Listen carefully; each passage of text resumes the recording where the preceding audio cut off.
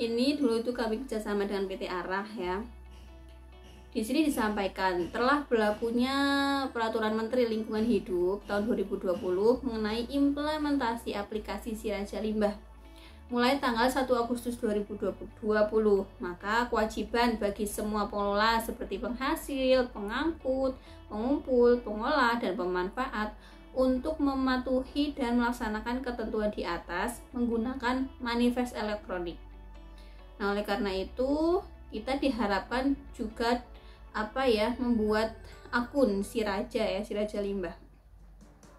Maka sehubungan dengan hal tersebut, bagi yang belum memiliki akun dapat segera melakukan pendaftaran akun pada link tersebut. Ini tahun 2020 sih, jadi saya rasa untuk sekarang 2023 ya, itu kemungkinan sudah tidak ada. Oh maaf teman-teman, tadi itu saya nyari tahu gimana cara merekam layar karena saya lupa.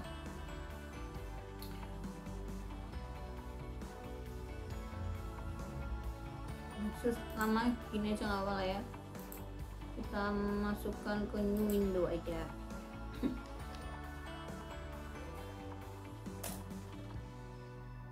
Nggak bisa paste.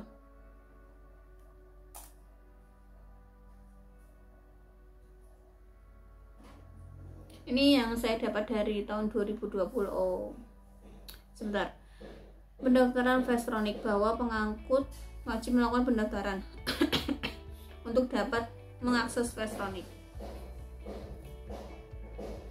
Namun untuk link ini sudah tidak menerima jawaban lagi. Coba hubungi pemilik formulir jika menurut Anda ini keliru. Ya, karena ini kan dulu di tahun 2020, sekarang kan udah tahun 2023, jadi sudah 3 tahun.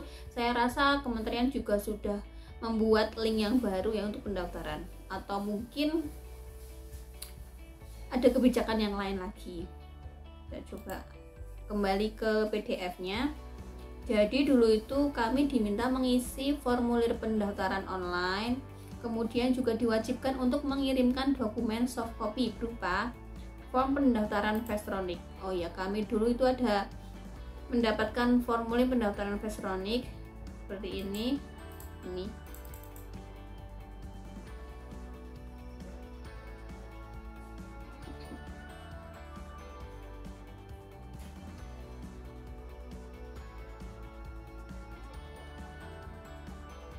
Lama ya, pasti lama ini karena memang laptop saya ini sudah tua.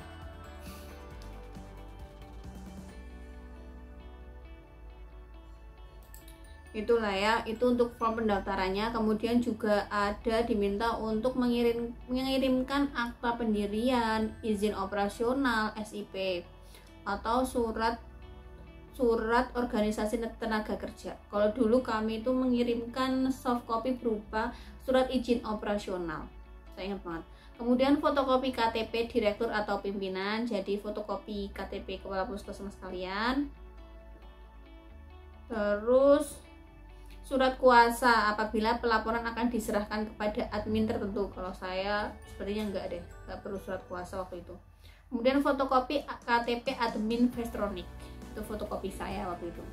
Seluruh berkas di atas dapat di-scan lalu di email ke alamat ini plp3.vestronic@gmail.com dalam format PDF sebelum tanggal 29 Agustus 2020. Nah ini kan tahun 2020 ya, jadi mungkin ada kebijakan baru dari KLHK, Kementerian Lingkungan Hidup, bagaimana untuk mendaftar akun. Ini saya hanya berbagi apa yang saya alami dan saya ketahui selama dulu mendaftar. Jadi dulu itu formnya seperti ini teman-teman. Ini ada kop surat perusahaan kita, kemudian diisi nomornya, lampirannya ada atau tidak, perihal permohonan hak akses pengguna manifest elektronik atau Vestronic ya. Vestronic ini kan kepanjangan dari manifest elektronik. Jadi ini adalah suatu dokumen elektronik yang berisi tentang pencatatan dan pelaporan pengolahan limbah medis. Itu dari pihak penghasil sampai dengan pihak pemusnah atau pemanfaat limbah. Dengan ini kami mengajukan permohonan untuk mendapatkan hak akses pengguna manifest elektronik sebagai pengirim, pengangkut, penerima. Ini nama kita ya, jabatan, alamat, kemudian nama perusahaannya, alamat, nomor telepon, bidang kegiatan, tempat pendirian, NPWP, nomor izin lingkungan. Kalau kalian ada izin lingkungan ditulis aja. Jadi kan biasanya ada dokumen pengelolaan lingkungan hidup DPLH ataupun UPL puskesmas itu kan ada nama dan nomor. Oh, jadi ini kan identitas admin Vestronic. Oh, jadi yang sebelumnya itu yang pertama berarti adalah nama kepala kita, nama kepala puskesmas waktu itu. Nah, barulah yang formulir keempat itu identitas dari adminnya. Itu saya sendiri waktu itu saya tulis nama, jabatan, alamat, nomor identitas dari KTP ya. Kemudian dikasih materai 6.000, tanda tangan saya, kasih nama terang. Oke, kita close. Setelah itu dikirimkan ke plb3.vestronic@gmail.com. Kemudian saya itu agak ini juga ya, nggak panik sih, cuman bertanya-tanya kok tidak ada balasan ya dari KLHK ke email saya. Akhirnya saya nanya sama teman-teman saya yang kerja di rumah sakit, dan alhamdulillah mereka ada kontak person. Bentar, miring teman-teman.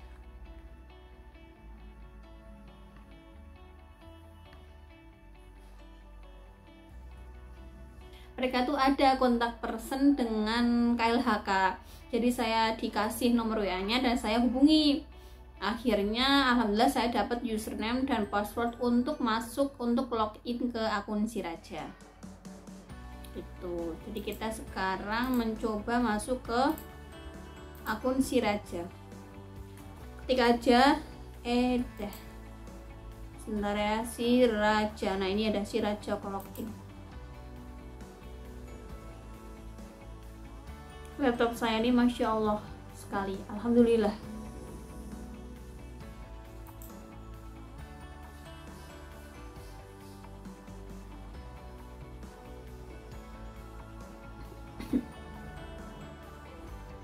Login kan, kita dapat username, kemudian dapat password, lalu masuk.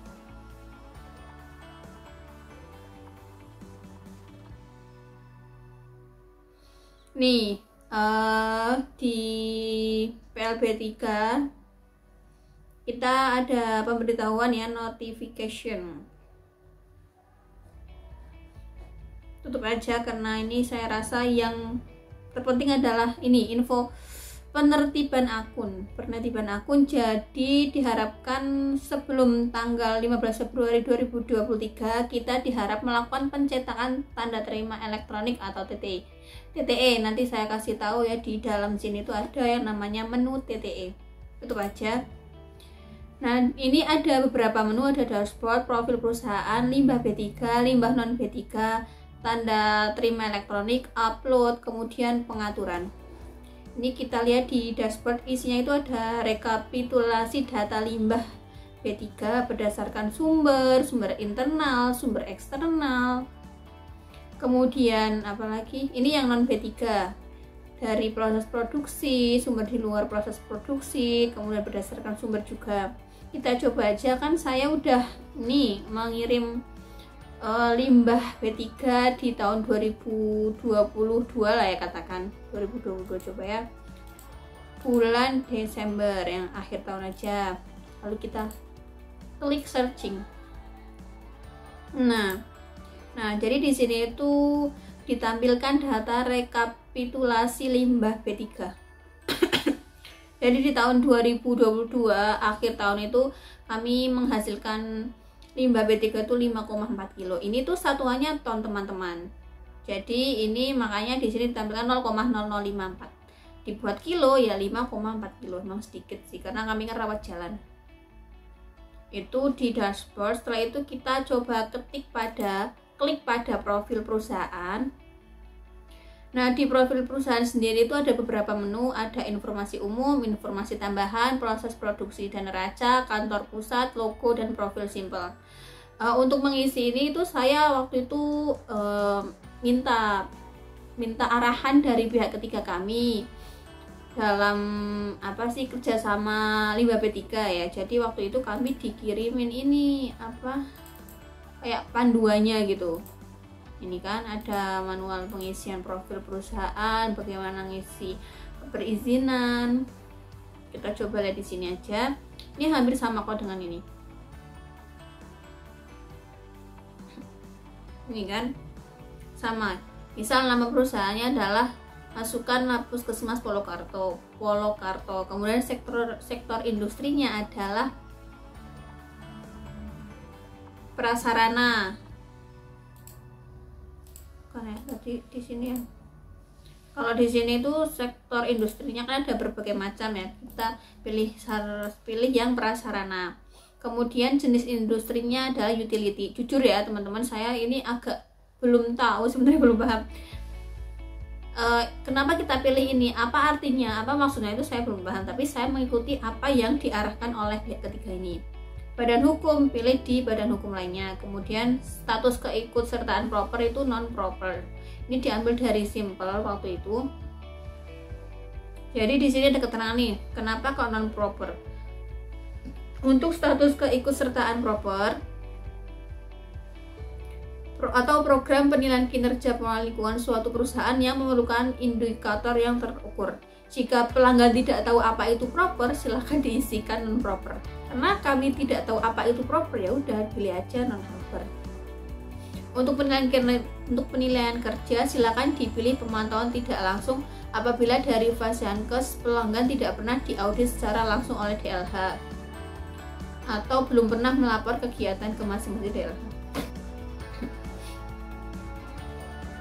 Penilaian kinerjanya punya saya apa ya? Sebentar. Pemantauan tidak langsung, karena kami kan belum pernah ada pantauan dari DLH ya. Setelah itu untuk status pemodalan silakan dipilih sesuai kategori yang ada. Jika tidak ada pada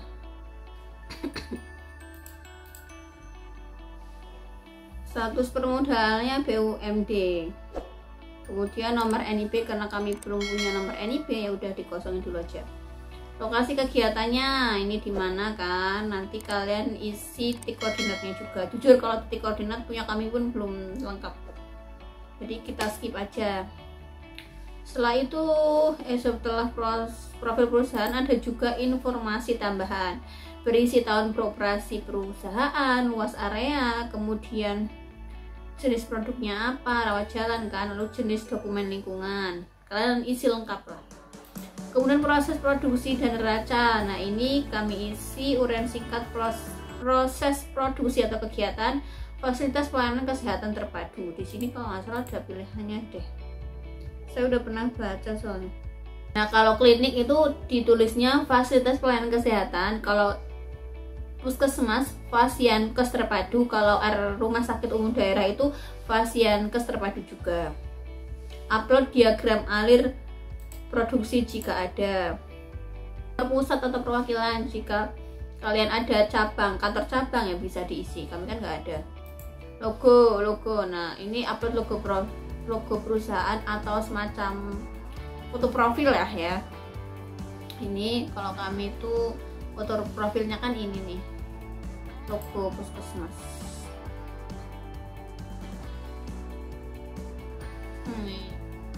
Tinggal diupload aja teman-teman, tapi maksimalnya itu ukuran 2 MB ya, jadi jangan berlebih. Profil simple udah. Ini tadi limbah profil perusahaan ya. Kita ganti ke limbah B3. Di sini ada menu perizinan, kontrak kerjasama, pengangkutan, data limbah, ketentuan teknis, dan pemenuhan baku mutu. Kita coba klik yang di bagian perizinan dulu.